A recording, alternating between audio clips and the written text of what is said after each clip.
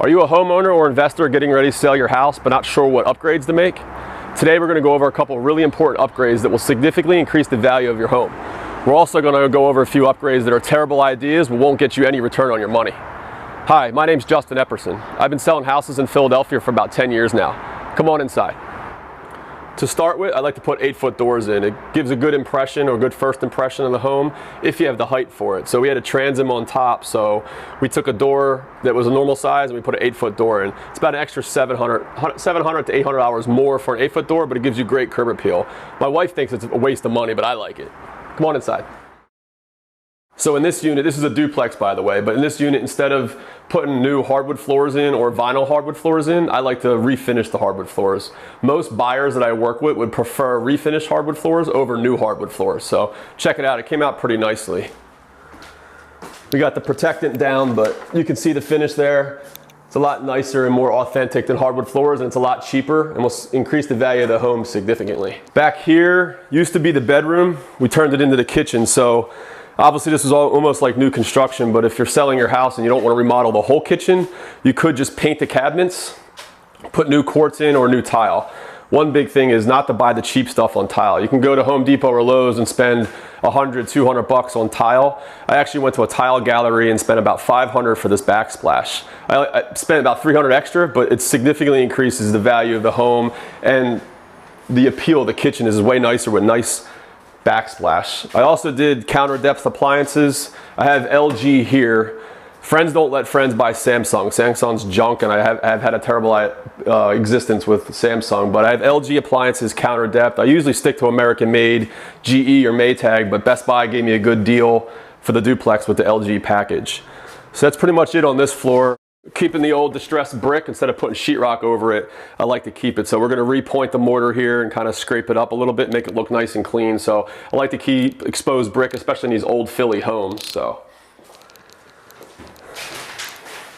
down here in the basement, I did a video on this recently. So if you haven't seen it, please check it out. And if you wouldn't mind, please give me a subscribe and a like, and check me out on all socials, Instagram and TikTok. I talked in depth about the basement, but basically down here, whether you have an unfinished basement or a finished basement, you can add significant value. You can increase 700 to 800 square feet of living area, which is additional living area because it's below grade. And I added a bedroom and a full bath. So I think I'm into this for about 17, maybe 18 grand. But it's going to significantly increase the value of the home, probably $30,000 to $40,000. So we have the egress well over here. In order to make it a legal bedroom down here, you have to have an egress well so that people can get out of the house in case of a fire. You need about 7'2" in ceiling height to make it a legal bedroom.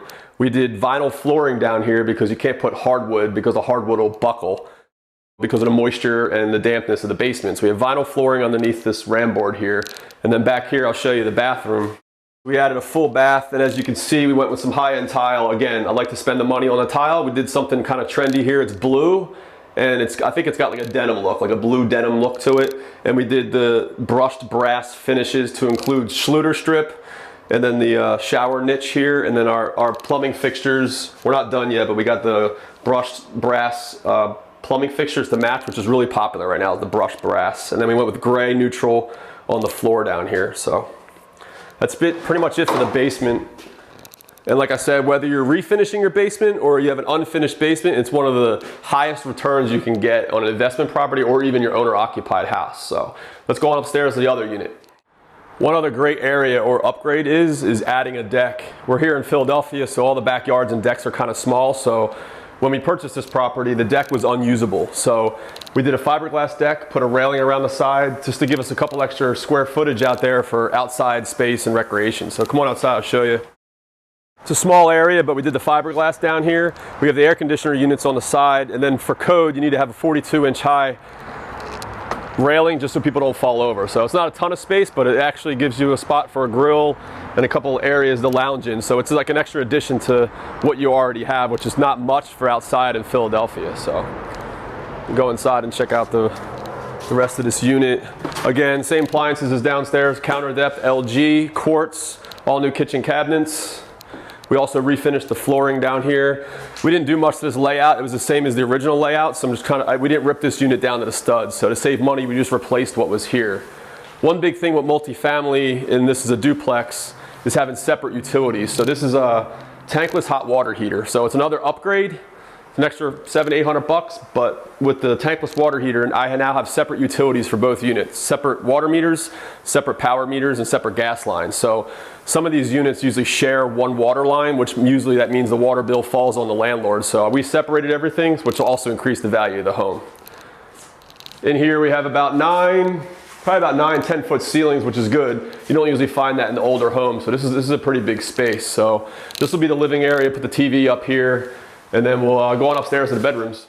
This is bedroom 1 here, normal size for the Philadelphia row home. Making our way into the full bath. We got a new dual sink vanity. The old bathroom had the washer and dryer on the left-hand side, which is crazy. So we got rid of the washer and dryer and put a dual sink vanity in, and then we remodeled the shower here with, again, some higher end trendy tile. It's this white wavy tile. So I spent probably an extra $400 to $500 on this type of tile versus the cheap stuff, but I think it pays huge dividends with the finishes. That's it for the full bath.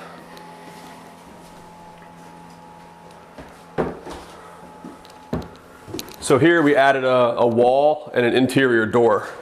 As you can see, this wasn't here before. This was all open. So we have the bedroom behind you, and then we have bedroom 2 now. Creating the wall and a privacy door adds an extra bedroom. Bedrooms are huge. It's hard to even put a number on it, but probably another $20,000 to $30,000 in value by adding this wall and a couple other things that I'm going to talk about. So we roll into this room, and it's a small little flex room, but it's also a legal bedroom because of the privacy door and the windows, obviously, and the square footage. It meets the minimums. And then we move the washer and dryer over to this washer and dryer closet and put stackables in here. So we moved some plumbing around and some extra cost there, but I think it's well worth it to get that dual sink vanity in the bathroom versus having the washer and dryer in the bathroom. So we got the spiral staircase here, goes up to the loft. We didn't do it yet, but I'm gonna put sliding doors on the other side of that railing there so we can make that a bedroom as well. So it has the ceiling height, it has the square footage. There's also egress with a window. So by adding the sliders, it could be a loft, office, flex room, or even a legal 3rd bedroom. So significant value by adding that 3rd bedroom. That pretty much sums up everything. I hope you found this information helpful. Don't forget to give me a subscribe and a like, and follow me on all socials. Thank you.